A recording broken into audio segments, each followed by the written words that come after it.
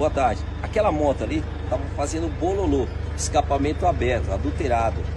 A gente já falou sobre esse outro vídeo, que a multa é mais de R$ 5.000 e a apreensão da motocicleta. E durante essa apreensão, nós observamos aquelas faixas brancas lá em cima, ó, tá vendo?